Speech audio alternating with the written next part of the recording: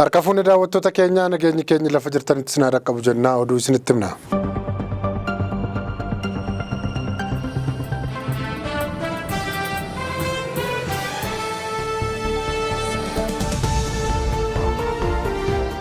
Turtiin paaspoortii Itoophiyaa haaromsuu waggaa 10 ta'uu jira jedha waajjirichi.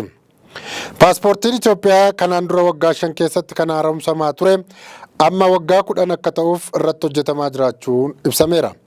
Waajjira Immigireeshinii fi tajaajila lammummaa kan Itoophiyaa hoogganan Aadde Salaamaawit Daawit namoonni umriin isaanii waggaa 25 ol ta'e paaspoortii Itoophiyaa kan qaban kana booda paaspoortiin isaanii waggaa 5 osoo hin taane waggaa 10 akka tajaajila kennu irratti hojjetamaa jira jedhani.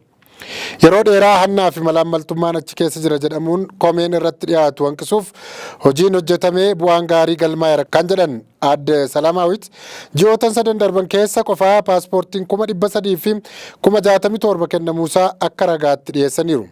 Kana malees gaaffiin paaspoortii marsaaritii yookaan onlaayiniitiin guyyaatti nama 7,000 warra hatattamaan barbaadan immoo 600 keessummeessuun danda'ameera.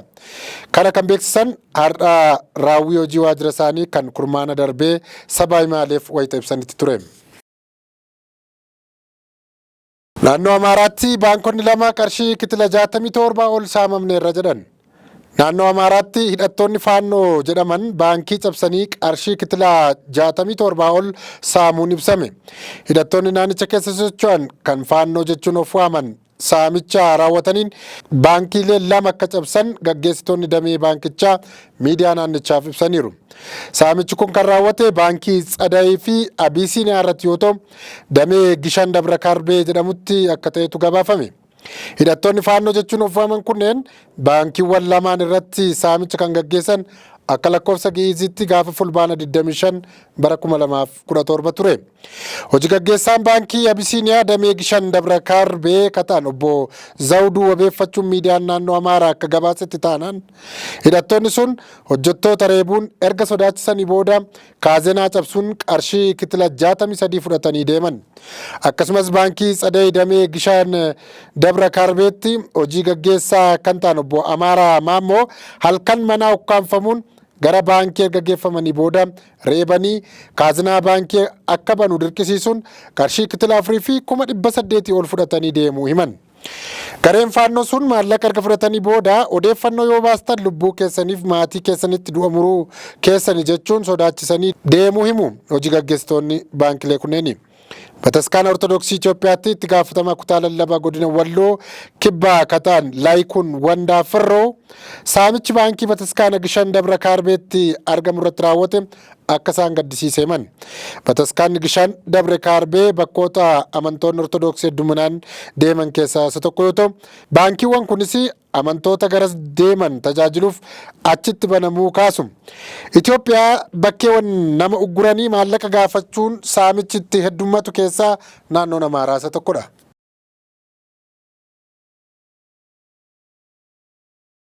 Pirezidaantonni biyyoota Soomaaliyaa, Eertiraa fi Masrii dhimma waloo isaanii irratti waltumsuuf walii galan. Hooggantoonni Soomaaliyaa, Eertiraa, Masriin magaalaa guddoo Eertiraa Asmaraatti kaleessa wal ga'uun dhimmoota waloo isaanii fi birmadummaa Soomaaliyaa tiksuuf walii galaniiru.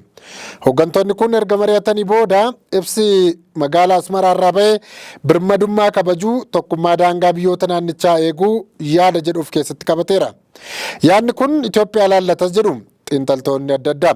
Keessumaa sochii ulaa galaanaa argachuuf jalqabdee dhiibdee Soomaaliyaa waliin galtee wajjin wal qabatas jedhu. Haa ta'u malee ibsichi ifatti maqaa Itoophiyaa dhoofne.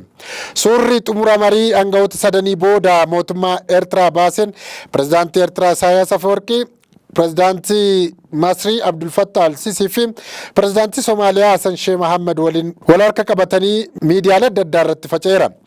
Ibsi waloo biyyoota sadanii ammoo Soomaaliyaan humnoota Itoophiyaa qollifachuun shororkeessummaa wayita loltu daangaa lafaa fi bishaan ishee wayita eeggattu tumsa gochuuf walii galu'eera. Ibsi kun hooggantoonni sadeen dhaabota mootummaa Soomaaliyaa fooyyessuun danqaa keessoo fi alaa akka qolattu akkasumas waraana biyyaalessaa jabeessuun shororkeessummaa akka faccistu deeggaruuf walii galan jedha ibsi Asmaraa irraa bahe.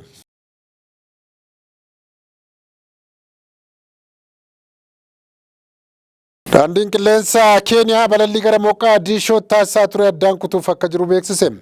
Daandiin qilleensa Keeniyaa onkololeessaa 14 bara 2024 irraa eegalee balallii gara Somaaliyaa magaalaa Moqaadishootti taasisu hunda addaan kutuuf akka jiru beeksise.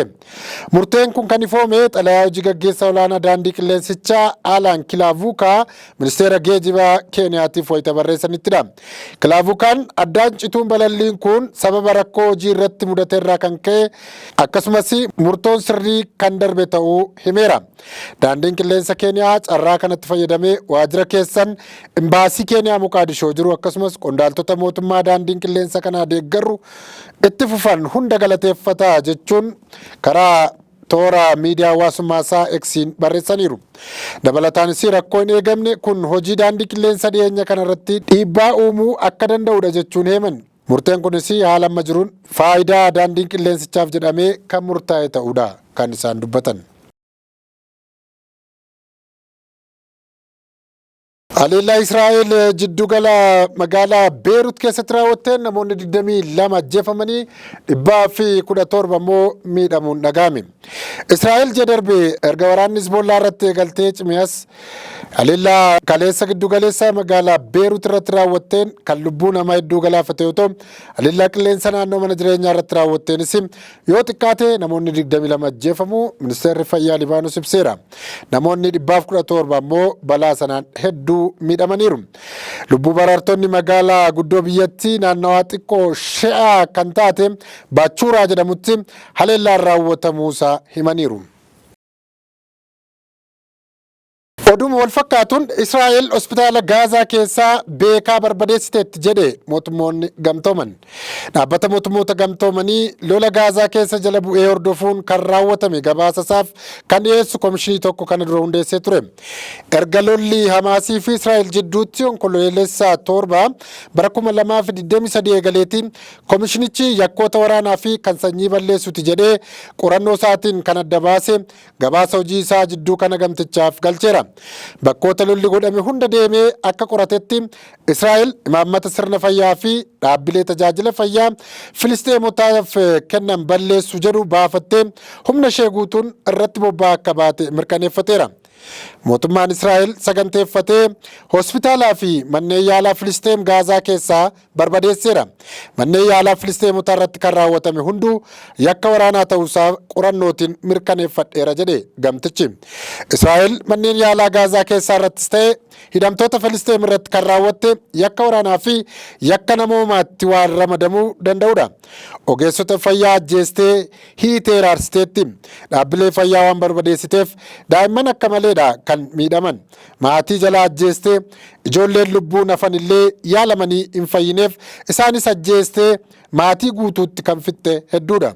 Fakkeenyaaf mucayyoon Filisteem ganna 5 maqaan ishee Hindii Raajaab jedhamtu maatii ishee wajjin haleellaa Israa'el jalaa osoo baqattu konkolaataan isaanii waraana Israa'eliin haleelamee maatiin ishee hedduu battalatti du'anii isheen lubbuun haftee ture. Akka mana yaalaa ishee geessuuf ambulaansii fannoo diimaatiin osoo gara mana yaalaa deemaa jirtuuti ammas waraanni Israa'el ambulaansicha haleelee Hindii Raajibii fi maatiin ishee hafanii ture hunduu dhumaniiru jedhe mootummoonni gamtooman gabaasa haaraa kanaatiin. Kanaafi dhaabbilee fayyaa Gaazaa keessaa irratti kan Israa'el raawwatte yakka waraanaa fi namoomaa ta'urra dabree egeree Filisteemotaa keessattuu daa'imman irratti madaa hin dagatamne kan uumedha. Akkasumas Hamaas illee Israa'eloota ukkaamsee fuudherraa miidhaa qaamaa fi gudeedduu geessisee nyaataa fi dhugaatii dhorkataa jira. Haalli Filisteemotaa mana hidhaa Israa'el keessa jiranis waan akkaan nama yaaddessudha jechuun ibseera.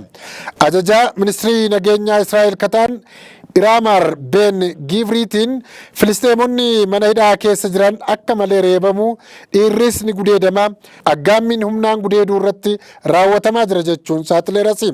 Waan kana duraanuu mana murtii haqaa fi mana murtii yakka mootummoota gamtoomanii Zeheeg jirutti himatamaa kan jirtu Israa'el irratti gabaasni amma bahe ragaa dabalataa ta'uu danda'u hedduu of keessaa qaba jedhu Aljeeziraa fi BBC'n. Mootummaan Benjaamin Netaaniyaahuun himata haaraa kana irratti kan deebise ammaaf nagaamne garuu gabaasaa fi himata wal fakkaataa gamtichi kanaan dura dhiyeessaa ture waan loogii qabeessa kan sobaan guutame jechaa ture. Ameerikaatti carallaan aduu cimaa jedhame lafatti bu'uun dhagahame. Ameerikaatti carallaan aduu cimaa jedhame lafatti bu'uu bulchiinsi galaana biyyaalessaa fi naannawaa qilleensa Ameerikaa beeksise. Aduurraa kan dho'e carallaan sun fageenya maayilaa kitilaa 1,500 sa'aatiitti imaluun kaleessa waaree booda naannawaa sa'aatii 11 fi daqiiqaa 15 lafa qaqqabu bulchiinsichi himeera. Balaqqeettii yookaan carallaa hamaan kun obomboleettii Heelen fi Miiltoon jedhamu kan kutaalee Ameerikaa adda addaa keessatti mudate lubbuu namoota 230 ol galaafatee deebii akka ka'u sababa ta'a jedhamuun sodaa uumuu dhagahameera. Carallaan aduurraa dho'e kun kutaalee bulchiinsa Ameerikaa Alaabamaa fi Kaalifoorniyaa kaabaatti wayita samiirraa gara lafaatti bu'u mul'achuu CGTNtu gabaase.